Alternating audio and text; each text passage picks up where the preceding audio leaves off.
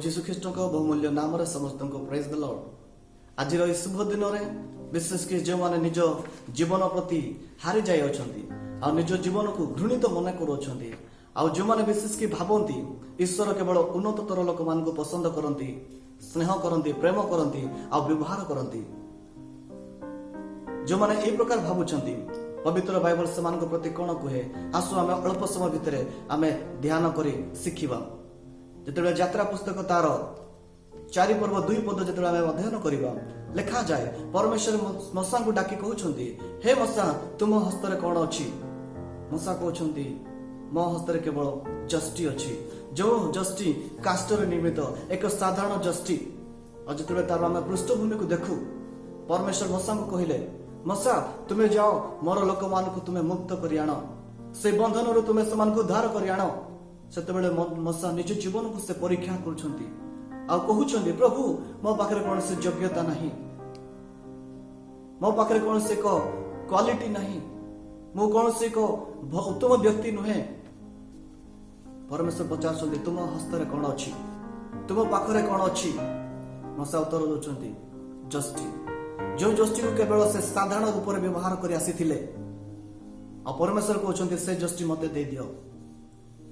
आज जो से संपूर्ण हृदय सहित जो से जस्टी को परमेश्वर को निकट में हस्तार्पण करुछंती, बाइबल प्रकाश करे से जस्टी द्वारा परमेश्वर विभिन्न प्रकार एक अद्भुत एक आश्चर्य रूप से जस्टी को प्रभु व्यवहार कले। जिते आम तार 4 पर्व 20 पद को पढ़ू, पुणी 17 पर्व तार 19 पद को पढ़ू, लिखा जाए परमेश्वर वाक्य कहे कि से जस्टी ईश्वर जस्टी थिला। आज जो माने निजक भावुंट मु कौन सी कार्यर योग्य नुहे, मोठारे कौन से उत्तमता नुहे, मु तो पाठ पढ़ी जानी, मु तो बाइबल अध्ययन कर जानी, मु तो प्रार्थना कर जानी, मु तो एक नीच व्यक्ति, एक हीन व्यक्ति, मु तो गीत भल गाई जाने नहीं, मोठारे कौन से धन नहीं, मु एक गरीब व्यक्ति। जो माने ए प्रकार भाव माने निजको चिंता करुछंती, भावुंट परमेश्वर आज आपण मानकु डाकुछंती, आपण मानकु पचारुछंती तुम पाखरे कौन अच्छी? आपण खाली उत्तर दियंतु। जैसा जे प्रकार उत्तर देले उत्तर दियंतु, मो पाखरे हृदय अच्छी। आपण पाखरे जो साधारण हृदय, आज पर्यंत जो साधारण हृदय बोली भावुछंती, कौन से कार्यर योग्य नुहे बोली भावुछंती, गोटे थर देकी देखंतु, परमेश्वर को हस्तर गोटे थर देकी देखंतु। परमेश्वर आपणकर से साधारण जीवन को कि प्रकार भाव में एक साधारण भाव में व्यवहार करुछंती। जिते आम जीशु ख्रीष्ट शिष्य मान विषय ध्यान करूँ, जीशु ख्रीष्ट से कहले तुम्हें जाई अध्ययन कर आस, तुम्हें जाई वस्त्र परिवर्तन कर आस, ए प्रकार आसले मुझे तुम मान व्यवहार करें। किंतु पवित्र बाइबल प्रकाश करे से माने जेमिति थिले सेमिति जीशु ख्रीष्ट को से अनुसरण कले। आउ लिखा जाए से जीवन द्वारा परमेश्वर एक अद्भुत कार्य कले।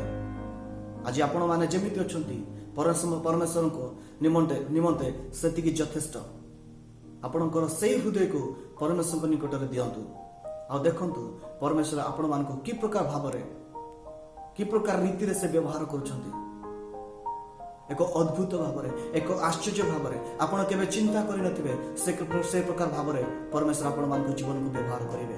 कारण बाइबल लिखा जाए परमेश्वर काली आज चिरकाल समान होतंती।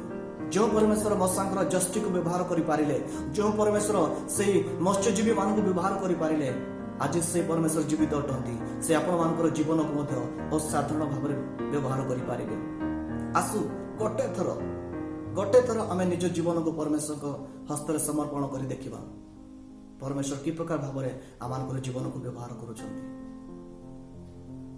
प्रभु आम समस्त आशीर्वाद करंतु। Praise the Lord.